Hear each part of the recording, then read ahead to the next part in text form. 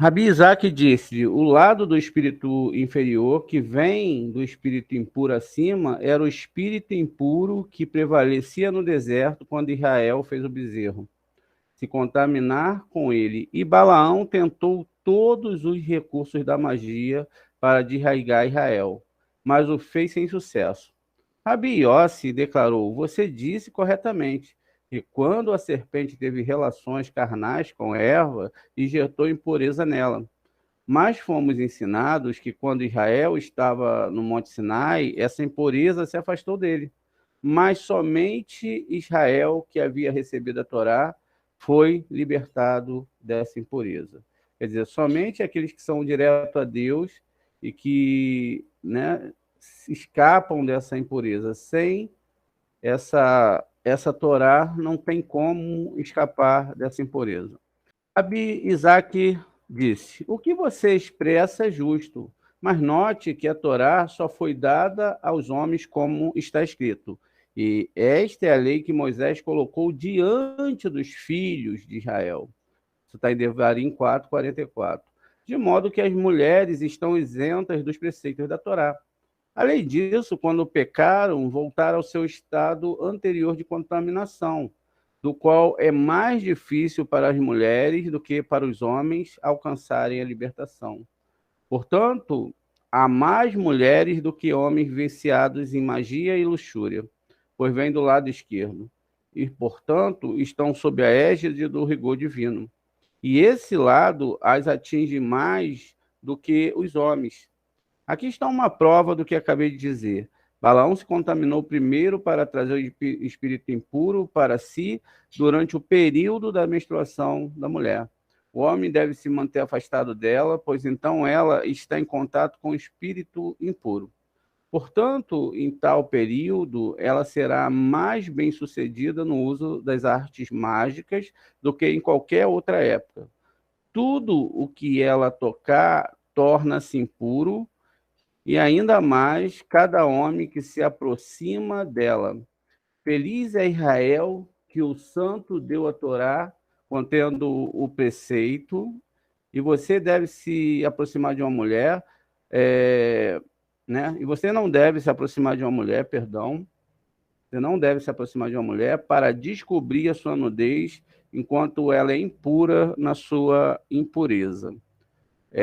Aqui parece que a mulher não precisa seguir a Torá, parece que a mulher também é mais ligada à feitiçaria que o homem, não é? Mas existe algo aqui que a gente tem que observar. Primeiro que a gente sabe que a questão mulher dentro da Torá é o desejo de receber para si mesmo, não é? E o homem, na Torá, é o desejo de doar. O que acontece com isso? Lendo o texto duro em si, a gente entende, é lógico, que não se deve ter relação com a mulher na época de menstruação, porque é como você trazer uma alma e jogar uma alma dentro de um campo infértil. Ali não tem para onde, naturalmente falando, não tem para onde o espermatozoide ir, e você está transformando ali, misturando sangue e leite, né? Nesse caso, essa parte leitosa é o sêmen do homem. É proibido, não é? Então, aqui a gente vê que é uma coisa grave manter relação sexual no período de menstruação. E aí o que acontece? Mas o ciclo também, né, também significa que é o Sol e a Terra, que são os ramos resultantes das raízes espirituais e das forças superiores. Ou seja, uma vez que nós éramos só uma alma e fomos quebrados em pedaço, nossa correção é se conectar com o amor. Todo desejo de receber egoísta que ainda não foi corrigido é chamado de uma mulher. E um desejo corrigido é chamado de um homem, decorrente da palavra hebraica para superar-se. Diferentes costumes em nosso mundo são apenas uma réplica dos estados espirituais que devem ser experimentados na correção do ego. Cada ciclo mensal simboliza os desejos egoístas que surgem e exigem a sua correção para a doação. Nós contamos 7 dias limpos após o período mensal, depois dos desejos estão prontos para se acoplar com a luz superior. Na espiritualidade, o sangue durante o período mensal simboliza a revelação de Dinim, que são os julgamentos, que são desejos egoístas, difíceis, são os desejos mais difíceis que temos de largar. O sangue puro e banhar-se na mikvah simbolizam a recepção da luz de Hassadim, após o qual é possível receber a luz de Rohimá. O sêmen, a alma de um homem que se desenvolveu a partir do sêmen, se desenvolve no útero da natureza, e é o desejo de receber. A pessoa só pode se receber se ela se tornar um condutor, como um tubo aos outros. Se a luz identifica que a pessoa está obstruída, não passa por ela. A correção é se abrir com amor, desejo corrigido que se abriu para a luz fluir, para os outros é chamado de uma mulher corrigida no acoplamento. Todo mundo é considerado uma mulher, em primeiro lugar, e graças à superação do ego, torna-se um homem. Os 7 dias limpos simbolizam as luzes corrigidas, que são as forças de doar e amar. O noivo com o qual a noiva se destina a copular é a força geral de amor que preenche toda a realidade. No final, todos os ciclos e correções chegam ao grande acoplamento no fim da correção, né? Então, essas são as palavras aí de Michel Leitman sobre Nidá. Então, a gente aprendeu agora que quando a gente falar de homem e mulher, um homem é um desejo corrigido e uma mulher não está falando literalmente de uma mulher. E quando a gente fala de Nidá, aqui a gente está falando de desejos muito impuros que acontecem todo mês. E aí, nesses desejos impuros, é que a gente tem que ter cuidado. Se a gente não cuida desses desejos realmente, então o Eterno não pode passar pela gente, ele se mantém distante, a gente não se torna condutor dessas forças elevadas. Você não deve se aproximar de uma mulher, né, para descobrir ela durante a sua impureza, que é esse estado dentro da alma, esse desejo dentro da alma. O Rabi Yosef perguntou por que aquele que tenta interpretar a piada dos pássaros se chama Nahash, mago, né? E também serpente, porque na palavra Nahash é serpente. Rabi Isaac respondeu, porque certamente um assim vem do lado esquerdo, como um espírito impuro paira sobre tal pássaro e transmite conhecimento de eventos futuros, e todos os espíritos estão ligados à serpente, da qual ninguém pode escapar, pois ela continuará com cada um até que o santo a remova do mundo, como já foi dito e está escrito. Ele elimina a morte para sempre e o Senhor Deus enxugará a lágrima de todos os rostos, né? Todos 36 Isaías 25:8. E também o espírito impuro por minha obra sairá do país. Zacarias 8:2. Rabi Judá disse: Abraão, ele conheceu a caverna de Marpela. Rabi Judá disse: Abraão reconheceu a caverna de Marpela por um certo sinal e com sua mente e coração ele prestou atenção nela por muito tempo. Pela primeira vez ele havia entrado e visto Adão e Eva enterrados ali. Ele percebeu que eram Adão e Eva porque ele viu a forma de um homem. E quando ele estava olhando, uma porta para o jardim do Éden se abriu. E ela percebeu a mesma forma parado perto dela. Bem, quem olha para a forma de Adão não pode escapar da morte. Bem, quando o homem está prestes a deixar o mundo, ele vai ver Adão e nesse momento morre. Mas Abraão olhou para ele e viu sua forma, e mesmo assim ele sobreviveu. Além disso, ele viu uma luz iluminando a caverna e uma lâmpada acesa. Abraão ansiava por aquela caverna para ser seu túmulo, e a sua mente e coração se preocupavam com isso. Agora observe com que tato Abraão fez seu pedido de um local de sepultamento para Sara.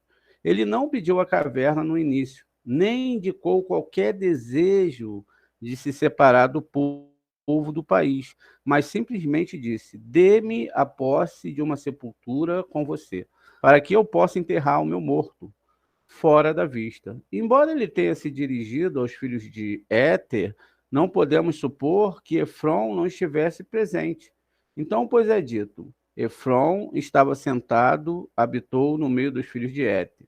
Mas Abraão, primeiro, não lhe disse nada, mas falou apenas a ele, como se diz, e falou os filhos de Éter. Bem, não se pode imaginar que Abraão quisesse ser sepultado entre eles, entre os impuros, ou queria se misturar com eles. Mas ele agiu com tato, ensinando uma lição ao mundo. Embora todo o seu desejo estivesse focado naquela caverna, ele não a pediu diretamente, mas ele pediu algo diferente, que não precisava, e dirigiu o seu pedido aos outros, e não ao próprio Efron. Somente depois de terem dito a ele, na presença de Efron: ouça-nos, meu senhor, você é um príncipe poderoso entre nós, e etc. Ele, por sua vez, expressou: ouça-me e ore por mim e Efron, filho de Zoar, que pode me dar a caverna de Marpela que ele tem.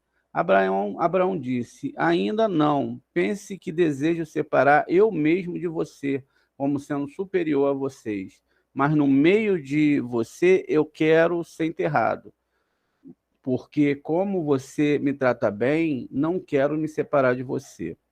Rabi Eleazar disse: Abraão entrou na caverna dessa maneira. Ele estava correndo atrás daquele bezerro do qual lemos. E Abraão correu para o rebanho e deu à luz a um bezerro. Né? Gênesis 18, 7. E o bezerro correu até entrar em uma caverna. Então Abraão entrou atrás do bezerro e viu o que descrevemos. Então Abraão costumava oferecer sua oração diária, e ao fazê-lo, ele caminhava para aquele campo, que exalava aromas celestiais. Enquanto estava lá, ele viu uma luz saindo da caverna. Então ele rezou naquele lugar, e naquele lugar o santo comungou com ele. Graças a isso, Abraão agora pediu o lugar, tendo sempre ansiado por aquela caverna desde então. Por que você não pediu antes? Por que as pessoas não teriam prestado atenção a isso? Porque não tinha necessidade de manifestar isso. Agora que ele precisava, ele pensou que tinha chegado a hora de pedir. Observe que Efron tivesse visto dentro da caverna o que Abraão viu, ele nunca teria vendido a caverna para ele, mas ele nunca viu nada lá, pois tais coisas não são reveladas, exceto ao seu legítimo proprietário. E assim foi revelado a Abraão e não a Efron, a Abraão que era um justo dono, e não a Efron, que não tinha parte na herança nela, e portanto só via escuridão nela. Por isso vendeu, e ele vendeu um pouco mais do que havia mencionado em seu pedido original. Pois Abraão disse apenas: deixe-me dar a caverna de Marpela que ele tem, indiferente à coisa toda, porque eu não entendia do que se tratava. A cova de Marpela não é literalmente uma caverna, não é uma cova em si, mas na metáfora da Torá, é o local de entrada e saída de almas. É onde Adão foi enterrado com Sara, e onde todos nós vamos entrar e sair desse mundo. Ou seja, é um local espiritual onde todas as almas, metaforicamente, têm que passar. E Abraão descobria isso através da Torá, que agora tinha esse caminho, tinha o caminho da reencarnação, como a gente está vendo nas aulas de reencarnação, que ele reencarnaria e que ele teria que passar por essa questão desse entendimento, de que ele foi o Adão, né, na vida, em outra vida, e que a Sara também foi assim como você foi, Adão, na outra vida, você que é homem, você que a mulher foi Rava, e que mesmo assim também essas forças, elas estão todas dentro de nós.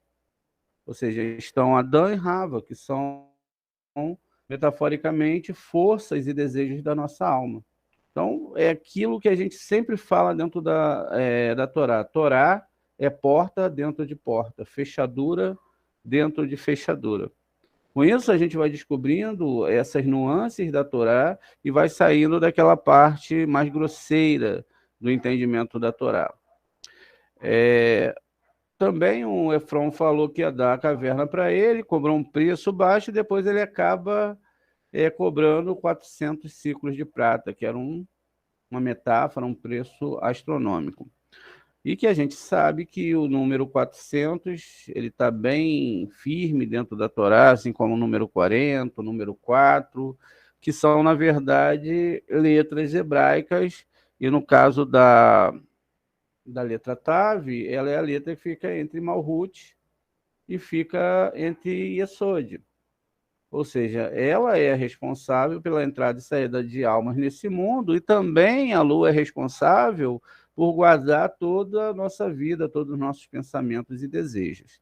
Então fica tudo gravado ali na Lua, não é? A gente sabe que tudo que a gente faz vai ficar gravado ali, e a parte que é boa da nossa alma vai ser salva, nossas boas ações, aquilo que a gente fez com amor e etc. E o que não for feito assim não é salvo, volta para ser retificado. Observe que quando Abraão entrou na caverna pela primeira vez, ele viu uma luz brilhante lá. E enquanto ele avançava, o chão se ergueu, revelando duas tumbas. Então Adão apareceu em sua verdadeira forma, ele viu Abraão e sorriu para ele. Abraão soube assim que ele estava destinado a ser enterrado ali.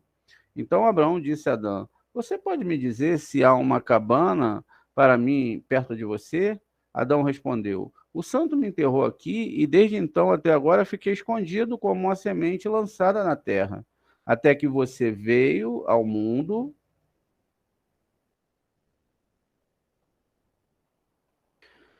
Mas de agora em diante, em consideração a você, há salvação para mim e para o mundo. Por isso está escrito: e o campo da caverna que está nele.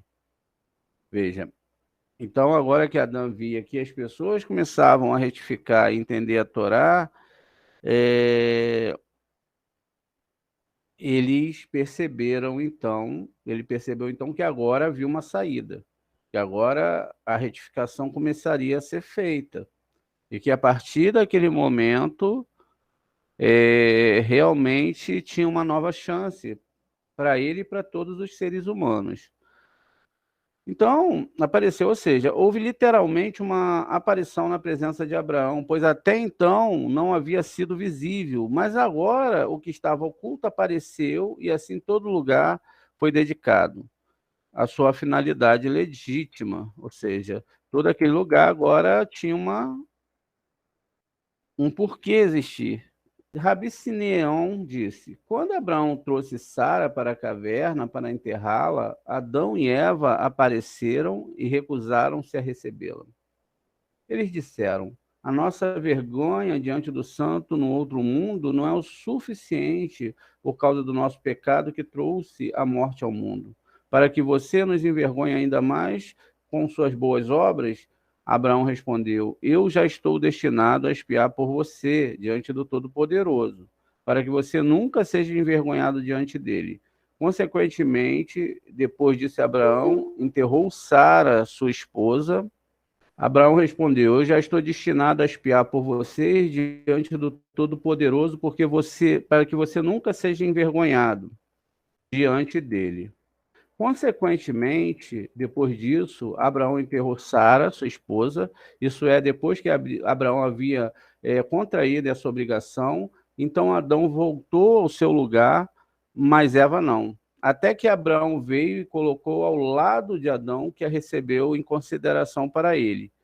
Daí o texto diz: e depois disso Abraão sepultou, e aí vai ter aquela partícula et, Aleph Tav, Sara, sua esposa. A partícula aumentativa et indica que o enterro incluiu Eva.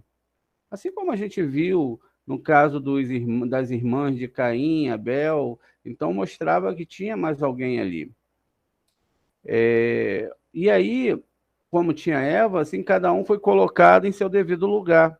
E é por isso que as Escrituras diz: essas são as gerações dos céus e da terra, quando foram criados, que tem aquela palavra que a gente já estudou muitas vezes, Berribarã, ou seja, quando o mundo foi criado e etc., Berribarã, e aí a gente troca a letra Re, né, e a letra Aleph, e aí a gente tem que tudo foi criado em Avraham, justamente porque Avraham, ele é o começo do início da alma, corrigindo esses mundos. E aí, que a segunda tradição significa, a tradição significa graças a Abraão, pois sabemos que tudo foi criado em Abraão. Pois bem, as gerações dos céus e da terra só podem ser Adão e Eva, sendo o produto direto, como são do céu e da terra, e não de pais humanos.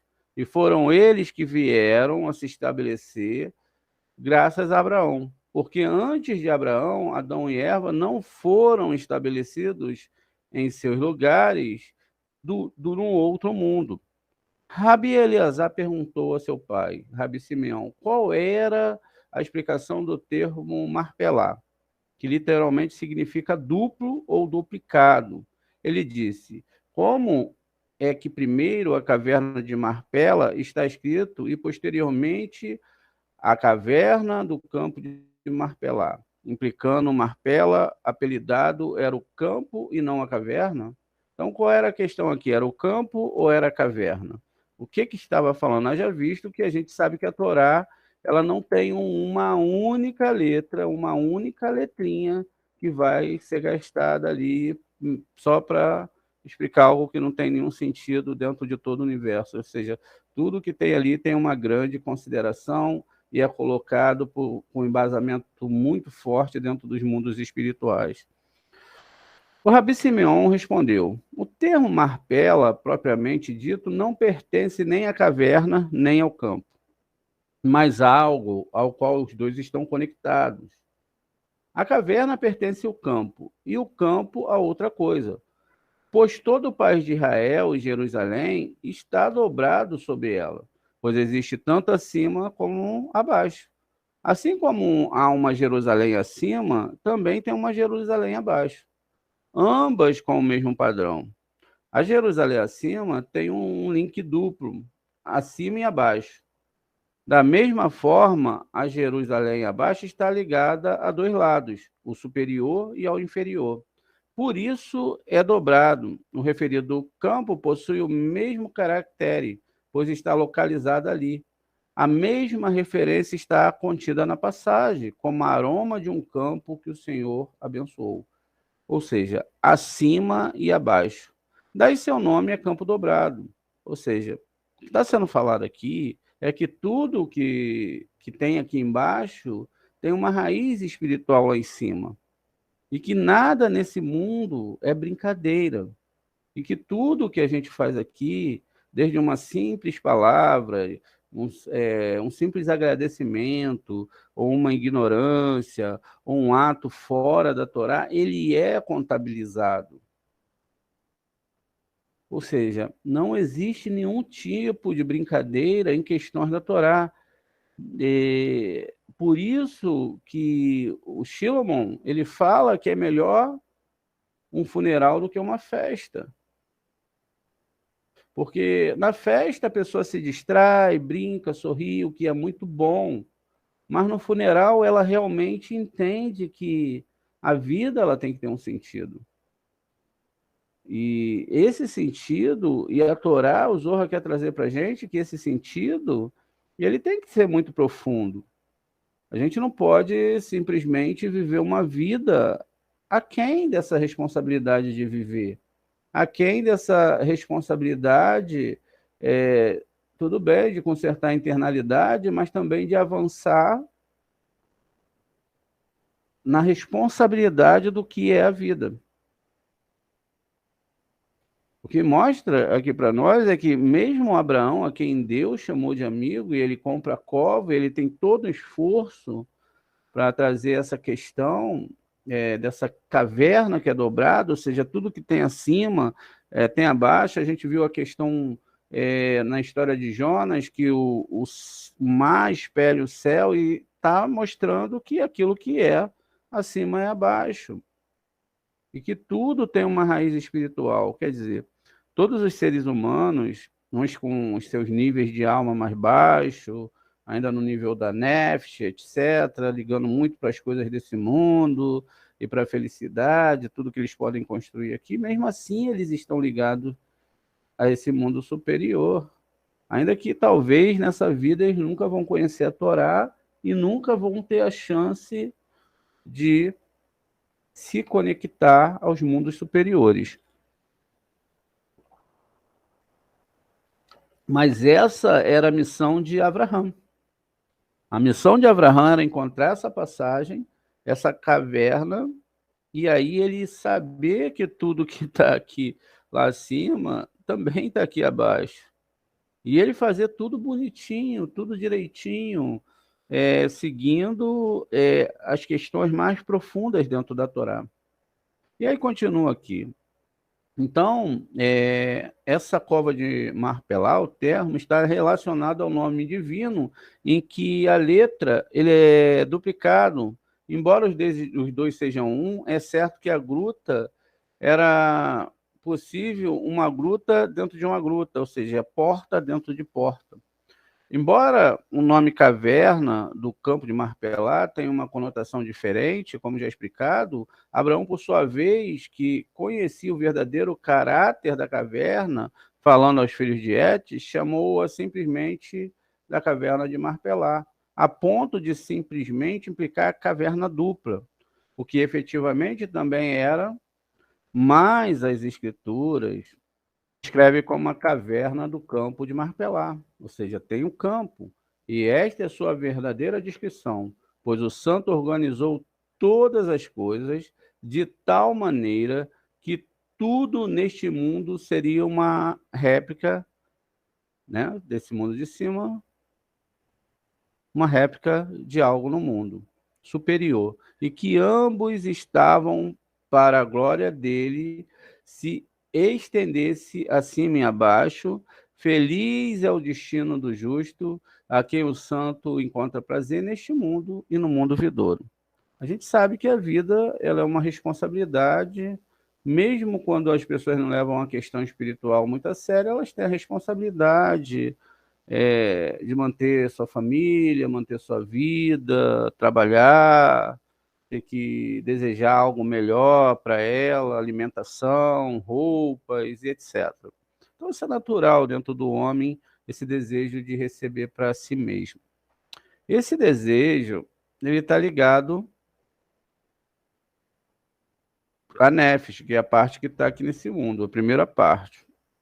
Ele tem mais 5 níveis de alma. Esses 5 níveis de alma que ele tem, eles não são acionados a partir do segundo nível, que é Uru, ou seja, esse segundo nível aqui, ele não é ativado. Se o segundo não é, o terceiro também não é, e assim sucessivamente. Cada um desses níveis que o homem vai ter, ele vai sendo ativado conforme o homem vai estudando e entendendo a Torá. E seguindo, lógico, não tem. A gente sabe que nesse caminho aí muitas pessoas tiveram que retificar e acabam então voltando, não é? Para ter que acabar com aquela missão, o que foi que aconteceu justamente com a maioria dos seres humanos. Dois desses níveis da alma não participam de reencarnação, então de forma nenhuma eles vêm para cá, eles só ficam em outro nível. Eles ficam lá em outro nível e eles não ficam aqui no nível de reencarnação. Os outros níveis, como a gente viu na aula de reencarnação, eles podem vir, um nível pode ir para um corpo, outro nível para outro corpo, como a gente viu lá na questão da reencarnação de Caim. Ele se divide. Então, esses níveis de alma eles vão vir tratar exatamente os problemas que aquele pedaço de alma tem. Como nós todos somos todas as almas, ou seja, o Adão está dentro de nós. O Adão não é ninguém diferente daquilo que a gente é. E na questão das mulheres também não é diferente. A Eva não é diferente das mulheres, assim como Sara não é e Abraão também não é. A questão aqui é que para você elevar esse primeiro nível de alma, não é? Como o Avraham lhe buscou para esse desenvolvimento, você tem que consertar toda a árvore seferótica aqui nesse nível. Então você tem que começar com Malhut de Malhut, e aí você tem que consertar tudo. Conforme você vai consertando, o que vai acontecendo? Não é que você vai receber mais luz divina, o Eterno ele cai a todo momento, a divindade está em volta de nós. Mas você vai percebendo, você estava distraído, você começa a perceber a luz divina. Ou seja, já não é mais uma metáfora a luz divina, então você começa a perceber a luz divina. Só que a luz divina ela vai se aproximar de você e ela vai criar sombra dentro de você. Essa sombra que ela vai criar, não é? É o que está de errado dentro de você. E isso vai gerar um sofrimento. Isso vai gerar um sofrimento. Por isso que muitas vezes não se entende por que o rei Davi falava assim, minha alma está até a morte. Porque como o Eterno ele é luz, o que vai acontecer? Se ele se aproximar da pessoa, ele vai gerar sombra lá. Tá vendo? A sombra está aqui embaixo. Essa sombra sempre esteve dentro de você. Mas como você não percebia a luz do Eterno, então você também não percebia a sombra. A partir do momento que a luz começa a se aproximar, ela tem que arrumar espaço para entrar dentro de você. Então ela tem que entrar ali nas frestas da sua alma e fazer com que você acorde. Essa sombra que vai gerar vai causar dor, porque ela é o erro que está em você. Não é o erro que está no mundo, não é o erro que está em ninguém, ela está em você. E aí isso pode gerar uma doença, depressão, problemas conjugais, tudo isso pode ser acontecer. Mas não era que o problema já não tinha, o problema estava lá, o problema é que você não percebia o Eterno. Se você não percebeu o Eterno, muitas vezes o problema estava lá, mas você não via o problema. E aí, conforme o Eterno vai se aproximando, e a luz dele que é perfeita, ele é o todo bom, é santo, então a sua alma vai sentindo a presença divina, o Eterno vai te forçando para que você possa consertar. O que ele vai fazer? Ele vai mandar o conserto. E aí, se você não consegue consertar, se prepare, porque você vai ter que começar a correr. Você vai ter que começar a lidar com essas forças. E a partir dessa corrida, o que acontece? Ou você vai para a luz, ou você vai para a luz, não tem para onde ir. Quanto mais o Eterno manda, isso que a gente chama de contra-ajuda, que é uma dor fora do comum, ela vai te levar lá para o Eterno. Por quê? Ele vai a todo momento te mostrar, cara, não investe nisso. Pô, não faz isso, não vai por esse lado. Vai pela Torá. E a pessoa vai, não, ela vai pelo que ela acha.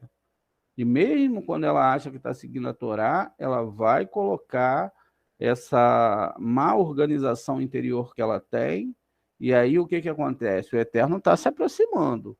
E quanto mais ele se aproximar, mais vai ter sombra. Mais essa sombra aumenta. E aí você só olha para a sombra, não é? Então você só olha para a sombra que está ali debaixo de você, e essa sombra ela vai ficando cada vez maior. E se você não começar a ser muito sincero nas questões com o Eterno, ela vai pesar em cima de você. Aí o que acontece? Acontece a mesma coisa que aconteceu com Abraão e Ló. Ló viu que quando ele se afastou lá do Abraão, que estava tendo um monte de provas, a vida melhorou para ele. Aí ele falou, eu não vou seguir assim não, aqui para mim é melhor, e foi lá para dentro de Sodoma e Gomorra. O que aconteceu com ele? Ele perdeu tudo, quase perdeu a vida. Por quê? Ele preferiu duvidar do Eterno, e aí, conforme a luz da retificação se afastou dele, não tinha mais luz para retificar. O que vai retificar? Precisa retificar. Você, o tribunal, as forças impuras já estão agindo, você está com o egoísmo de receber, não precisa retificar. Seria a mesma coisa que você ver o seu filho fazendo alguma coisa errada e você não fazer nada. É assim que a luz age. Só que essa luz, ela tem que mostrar aquilo que está dentro de você. Ela não pode chegar aqui para você e falar assim: olha, cara, pô, tá tudo bem com você, não tem nada, não, você está muito bem, e aí te ilumina, e você fica naquele êxtase espiritual. Não, não é assim que funciona. A luz chega, faz uma sombra na tua alma, que é muito importante isso, porque somente através desse escaneamento espiritual é que você pode descobrir seus erros. Sem esse escaneamento, você não consegue. Aí, quando os problemas começam a chegar, que pode ser uma tristeza na alma, pode ser, sabe, N coisas aí, você vê se você fica de pé ou não. E aí as pessoas podem falar, poxa, mas é assim? É assim mesmo. Porque não é brincadeira, não é realmente, não é brincadeira, não é. A gente não está aqui numa brincadeira de viver um dia ou outro, não, a coisa é séria. A questão em si aqui ela é muito, muito séria. E se a gente não tem essa contraajuda, essas pancadas, o que acontece? A gente não vai em frente, a gente retrocede. E retrocedendo, a gente vai mais para o lado negativo. Esse lado negativo, ele quer que você pense que a vida é uma brincadeira. História de Ló, você se afastou do eterno um dia, ele vai se afastar 2 dias para de você. Por quê? Não é que ele se afastou, é você que se manteve num grau de impureza mais abaixo. E depois, para você chegar naquele nível que você está aqui, que a sombra já está aparecendo, fica difícil. E aí você tem que começar tudo de novo. E aí, quando você começa, dói mais ainda. E aí vai doer mais ainda. E aí você vai. E aqui, talvez, aqui em cima você fale, agora tá tudo bem. Não, você tem que chegar, consertar primeiro aqui em Malhut, a árvore sefirótica, depois aqui em Etzirá, né? Primeiro Asiá e Etzirá, Briá. Aí você já chegou no nível. E mesmo assim tem que se prestar muita atenção. Porque a gente viu o caso de Cora. Cora era uma alma elevadíssima. Quer dizer que a gente não pode se distrair. A gente não pode se distrair, a gente não pode se deixar levar e a gente tem que realmente se proteger. É um pouco assustador, mas é a verdade. É a verdade. É o que tem dentro de você. E o que tem dentro de você, se não for espremido, se não, sabe, não for jogado para fora e você não enxergar, aí você não consegue, porque é o que diz a Torá. A Torá fala, Moshe era um homem mais humilde, ele passou por esses tratamentos. Ele passou por esses tratamentos. O rei Davi passou por esses tratamentos. Então a gente sabe que isso vai chegar. Não adianta a gente falar para as pessoas, olha, estudar Kabbalah é uma coisa séria, porque a Kabbalah vai desnudar você. E as pessoas sabem do que eu estou falando. Então, se ela vai desnudar você, você tem que estar preparado, porque a Kabbalah ela não escolhe qualquer um. As letras hebraicas elas não escolhem qualquer um. Elas estão prontas para fazer você chegar naquele limite de entender que isso não é uma brincadeira. Estudar Kabbalah não é brincadeira.